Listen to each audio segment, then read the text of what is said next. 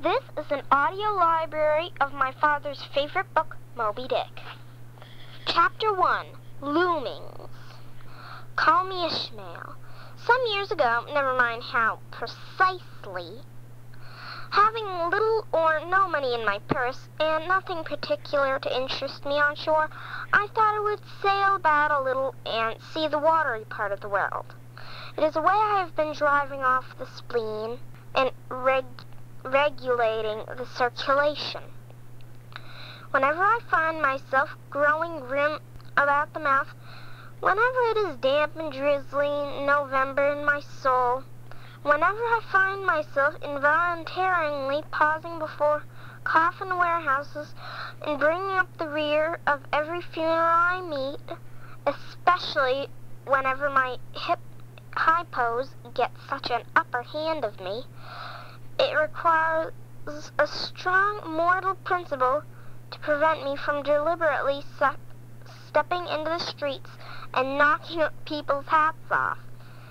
Then I count it high time to get to sea as soon as I can. This is my substitute for pistol and ball.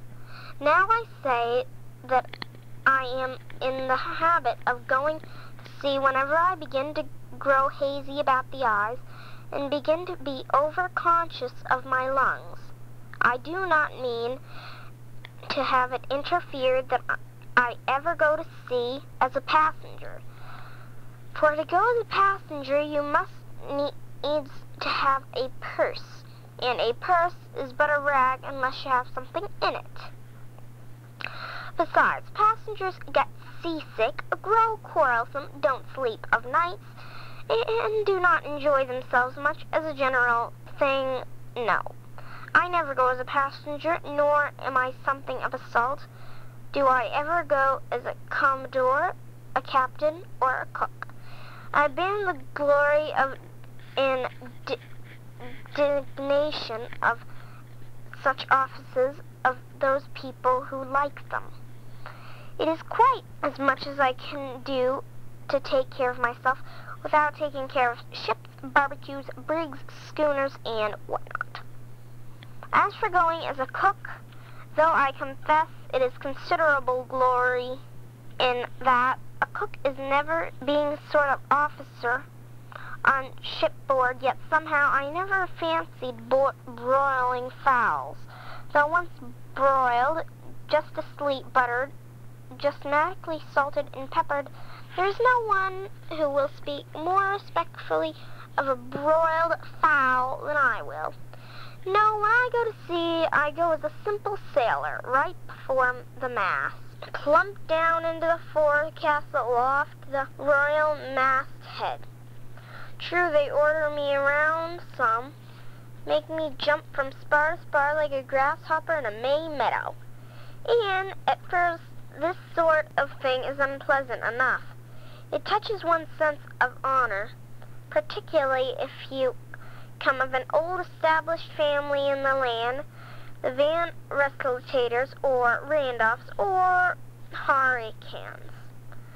More than all, it is just previous to putting your hand into the tar pot. You have been lording it as a country schoolmaster, making the tallest boys stand in awe of you. The transition is a keen one, I assure you. From a schoolmaster to a sailor, it requires a strong decotation of Seneca and the Stoics to enable you to grin and bear it. But this wears off in time. What of it if some old hunks of sea captain orders me to get a broom and sweep the decks? Not what does that indignantly amount to? I weighed, in the scales of the New Testament. Do you think the Archangel Gabriel thinks anything less of me because I promptly obey that old hunk in that particular instance? Who ain't a slave? Tell me that. Well then, however, the old sea captains may order me around about.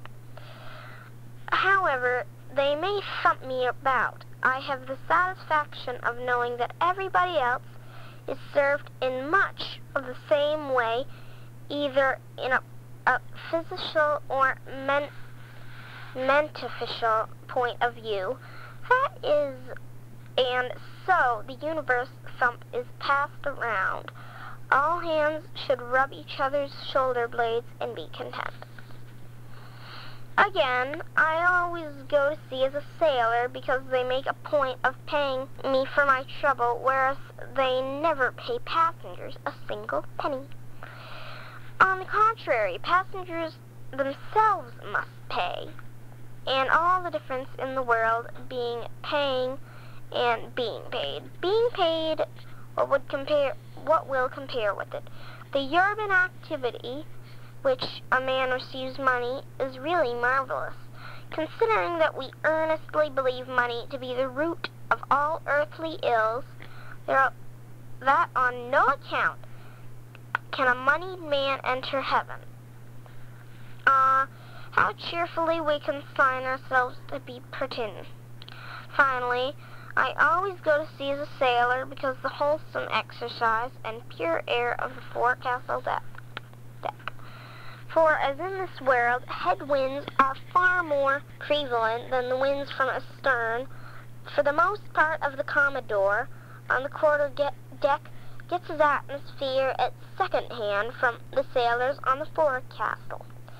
In much the same way, we have commonly led their leaders in many other things, at the same that leaders little suspected. But wherefore it is havingly repeatedly smelt of the sea as a merchant sailor.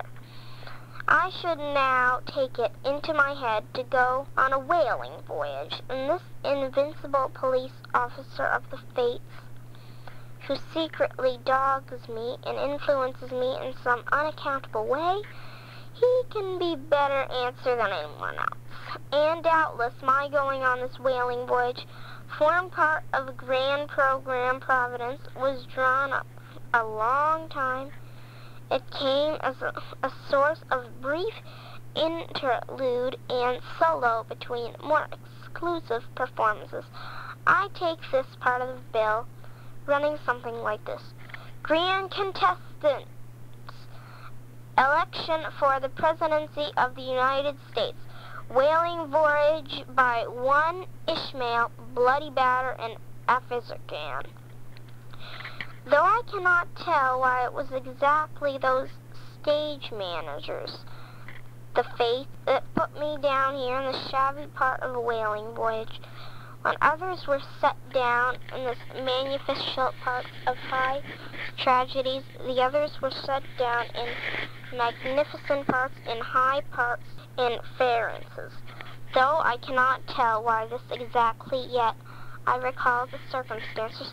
I think I can see a little into the springs and motives which I think cunningly presented me under various disguises, introduced to me about performing the part I did, besides carrying me into the delusion that it was a choice resulting of my own unbiased free will and discriminating judgment. Chief among these motives of the overwhelming idea of the great whale himself. Such a protest and mysterious creature roused all my curiosity. Then the wild and distant seas where he rolled into his island bulk, the undelivered nameless perils of the whale. These, with all unattending marvels of 1,000 peregrine suns, eats, and sounds, helped to sway me to my wish.